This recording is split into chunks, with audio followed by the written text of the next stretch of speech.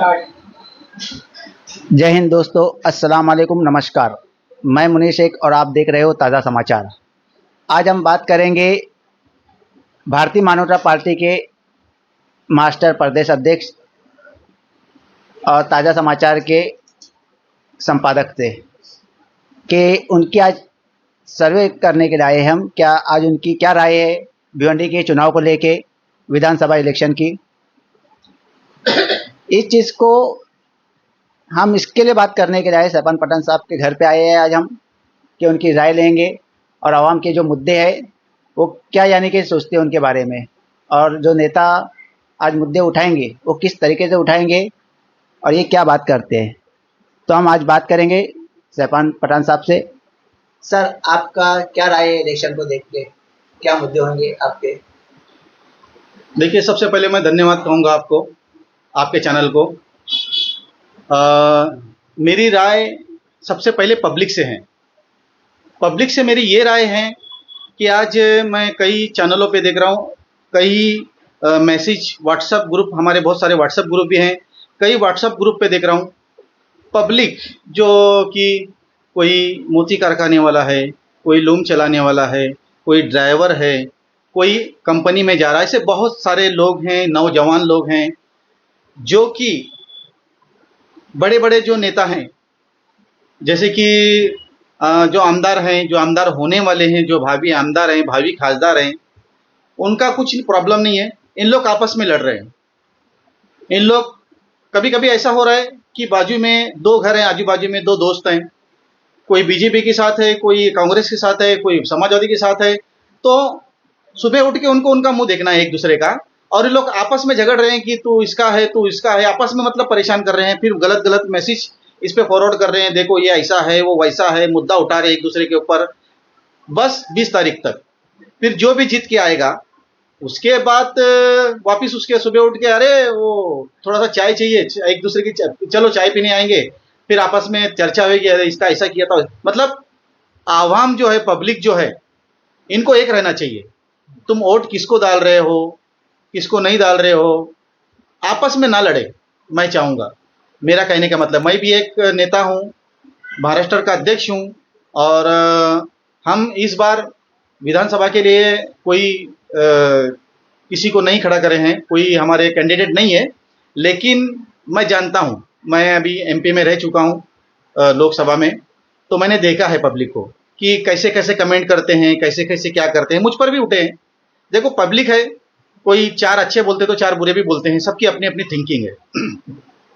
और यहाँ जो भिवंडी में अभी पूर्व और पश्चिम का जो हालचाल चल रहा है, कहीं रईस शेख, कहीं वारिस पठान, कहीं रियाज आजमी, कहीं विलासार पाटिल, कहीं दयानंद चोरगे, कहीं रशीद तायर, ऐसे दुनिया भर के सबके अपने अपने लोग, मतलब इनके कुछ हजार लोग हैं, इनके कुछ हजार लोग हैं, इनके सबके हैं। यहाँ से सब एक दूसरे के पहचान के लोग रहते हैं। भिवंडी में निकलते हैं, कोई होटल पे ये मिलते हैं, कोई अरे देखिए इसकी बात कर रहा था, ये इसकी बात कर रहा था। बस इतने में ही पब्लिक परेशान है, कोई अपने अपने काम धंधे पे नहीं है जय बराबर। इलेक्शन आ गया बस पब्लिक परेशान, इलेक्शन आ गया बस पब्लिक परेशान। मैं चाहूँगा कि अपना घर दार देके, काम धंधा देके, और जिसको वोट देना है उसको वोट दे, अच्छा नेता चुने जो हमारे भिवंडी का अच्छा काम करे, अच्छा सोशल वर्क रहे। मैं चाहता हूँ पब्लिक के लिए, सिर्फ पब्लिक के लिए मैं ये बात कर रहा हूँ कि पब्लिक आपस में ना झगड़े, गलत कमेंट ना करे, एक दूसरे के लिए गलत गलत बात ना करे। आपको लगता है ये अच्छा नेता है तो उसी को वोट करें, किसी को ना भड़काएं, किसी के बारे में उल्टा नहीं सीधा ना बोलें, किसी को हट ना करें, आपस में भी किस बुराई ना ले एक दूसरे की।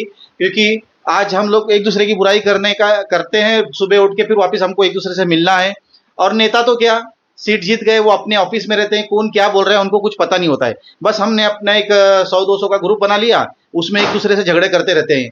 ये साहब ऐसे हैं, रईस साहब ऐसे हैं, रुपेश मात्रे साहब ऐसे हैं, सब अपने आपस में परेशान रहते हैं। तो मैं चाहूँगा कि ये सब ना करें, ये गलत मैसेज जाता है हम पर, फिर हमारे जो नौजवान और बच्चे हैं जो आने वाले हैं उन पर भी गलत मैसेज जाता है। जैसे कि आज दुनिया भर का हिंदू मुस्लिम चल रहा है, ये गलत मैसेज की वजह से चल रहा है। तो हम आपस में गलत मैसेज ना करें। जो भी जीतता है, हमको लगता है कि जो नेता अच्छा है बस उसको वोट डालो। हमको लगता है रईस शेख अच्छा है, रईस शेख को वोट डालो। हमको वहां लगता है वारिस पठान अच्छा है, वारिस पठान को वोट डालो। रियाज आदमी अच्छा है तो उनको वोट डालो। जो हमको अच्छा लगता है उसके ऊपर वोट डालो। आपस में ना लड़ो, हमको पता है कि कौन सा कैंडिडेट अच्छा है, कौन सा काम करेगा, बस उसके ऊपर मेरा चर्चा है। और मैं पब्लिक से यही रिक्वेस्ट करूंगा कि आपस में ना लड़े, अच्छे से रहे, अच्छे से जिए और जीने दें, एक दूसरे को तकलीफ ना दें। और रही बात इलेक्शन की, नेताओं की, मैं आपके चैनल के माध्यम से कहना चाहूंगा कि भिवंडी में तो कुछ अफरा तफरी नहीं है।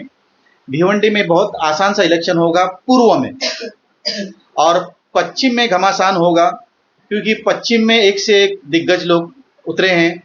जैसे कि दिग्गज में बॉम्बे से आए हैं वारिस पठान साहब, और दिग्गज में देखा जाए तो विलास आर पाटिल साहब भी हैं, और दयानंद चोरगे साहब जो कांग्रेस का टिकट मिला है इनको, और रियाज आजमी साहब हैं जो अपना समाजवादी का टिकट मिला है। ये सब लोग टक्कर वाले ही हैं, कोई ये नहीं कि मैं कम हूं।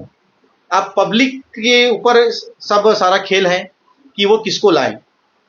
पब्लिक कोई बोल रहा है कि ये ऐसा है, वो वैसा है, वो बम्बई से आया है, ये यह है। रईस शेख साहब भी मुंबई से आए थे, उन्होंने जीत लिया और काम भी किया, समझे। तो इसी तरह बॉम्बे से आओ, कहीं भी आओ, हमको हमारी भिवंडी को बनाना है, हमको वोट डालना है और अच्छे नेता को वोट डालना है। सर मगर ये देखा गया है कि हम अभी जो मुद्दे उठ रहे नेताओं की तरफ से कि ये बाहर से आया है या फिर वो काम करेगा, वो काम नहीं करेगा, मगर कोई ये चीज़ पे बात करते हुए नहीं दिख रहा है हमें कि यानी कि भिवंडी को ज़रूरत कौन सी चीज़ों की है। यानी कि भिवंडी यानी कि काम कौन से नेता कोई भी आए तो काम क्या क्या करे। भिवंडी के जो ज़रूरत है, जो यानी कि आवाम की ज़रूरत है, तो उसके बाद क्यों बात नहीं हो रही सर। पहले आपस में लड़ तो लें, पहले आपस में लड़ रहे हैं। मेरा कहना एक ही है कि मुद्दे पे बात करो, आपस में क्यों लड़ रहे हैं। हमको सीधा मांग करो, हर मोहल्ले वाले, हर नगर वाले, हर वार्ड वाले एक ही बात निकालो, ये हमारे मोहल्ले का रोड कई सालों से ऐसा है, ये हमारी बिजली बराबर नहीं है, टोरंट पावर हैरान करके रखा है। अगर हम जो बड़े बड़े नेता हैं, जितने लोग खड़े हैं ना, अगर वो चाहें तो टोरंट, चलो भगाओ मत, मेरा कहने का मतलब भगाओ मत, कम से कम पब्लिक को राहत देने के लिए जो 200 यूनिट का जो काम चल रहा है, जैसे विजय कांबले साहब ने किया है, इमरान शेख ने किया कि 200 यूनिट कम करो, इन्होंने मोर्चा निकाला कई सारे। तो ये 200 यूनिट कम करने का काम करो, बस पब्लिक आपके साथ है, पब्लिक आपको जिताएगी। जब चाहे वो पार्टी कोई भी हो, ना हिंदू ना मुस्लिम, पार्टी कोई भी हो, आप पब्लिक का काम करो, पब्लिक को राहत दो, पब्लिक आपको जीतेगा। बाल्या मामा साहब, बाल्या मामा मात्रे जो हैं, वो उनको पब्लिक किस लिए जिताई, क्या वो हिंदू है, ऐसा तो नहीं था ना। सारे मुसलमान उनके साथ थे भिवंडी के। वजह था कांग्रेस, और वजह है टोरंट पावर। उन्होंने एक वादे किए कि मैं जैसे आऊंगा 3 महीने के अंदर जाएगा, भले से बाद में उनको पता चला कि सर्कुलर क्या है, 2027 में टोरंट पावर जाएगी, तो वो अलग चीज है, लेकिन वादों किए। और कांग्रेस से भी थे, राष्ट्रवादी कांग्रेस से भी थे, और सारा बड़ा गठबंधन था। और जीत की ये थी कि हमको राष्ट्रवादी को जिताना है, मतलब गठबंधन को जिताना है, इसीलिए बालामाम को जीता है। आज उसी तरह रईस शेख का भी चल रहा है यहाँ, और उसी तरह वो साइड अभी, लेकिन अलग अलग हुए हैं, लेकिन घमासान जो चल रहा है। तो पब्लिक देखती है क्या है क्या नहीं, तो पब्लिक मांग करे कि हमको ये चीज चाहिए।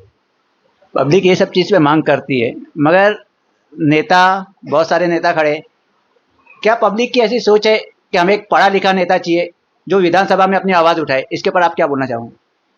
सही कहा आपने, पब्लिक की ऐसी सोच रहना चाहिए, सोच है नहीं। अगर पब्लिक की सोच होती तो आज भिवंडी कब का चमक जाता। भिवंडी के बाद कल्याण है, भिवंडी के बाद उल्लासनगर है, भिवंडी के बाद मुमरा है, भिवंडी के बाद बंबई के कई इलाके हैं, भिवंडी के बाद नासिक है। जो भिवंडी, मैं खुद एक सर्वे किया हूं मैंने पूरे महाराष्ट्र का, सोलापुर है, आज बहुत सारे महाराष्ट्र के जिले हैं, भिवंडी वहीं है।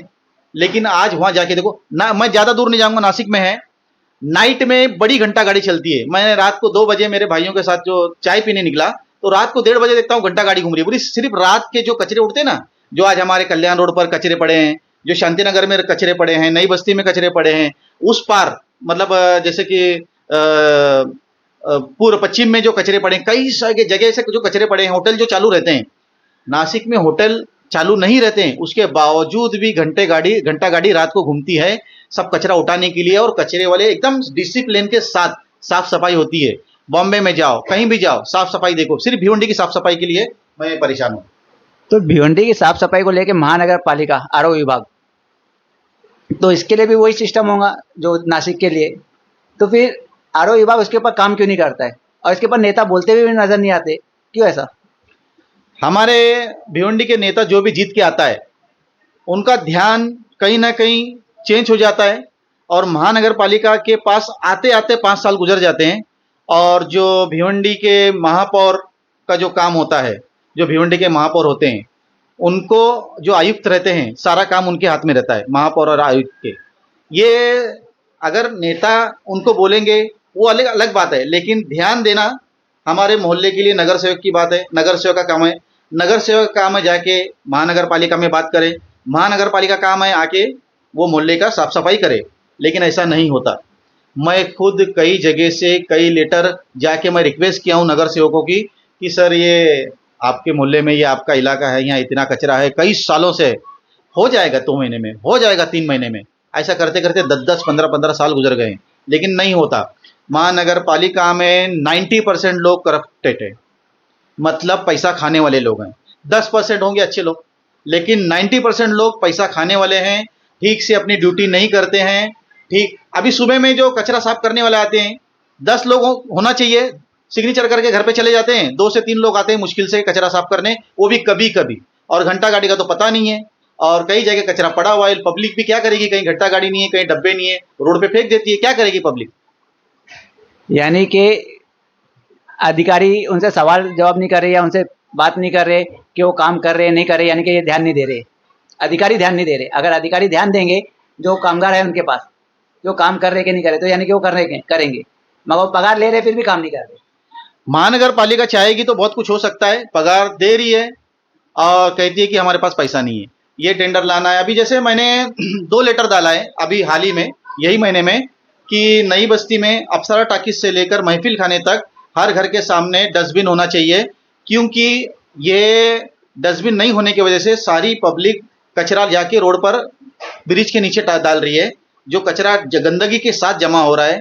कई कुत्ते वगैरह मरे पड़े होते हैं, स्कूल के बच्चे जाते रहते हैं, रोड पार करने में कई एक्सीडेंट होने का चक्कर रहता है, और सारे होटलों के कचरे वहाँ आते हैं, जैसे वेलकम होटल है और भी सारे जितने भी होटल होते हैं रात भर चालू रहते हैं, और उनको अभी आचार संहिता भी 11 बजे बंद करते हैं और 3 बजे 2 बजे होटल चालू हो जाते हैं, लेकिन कचरा तो वहीं डालेंगे।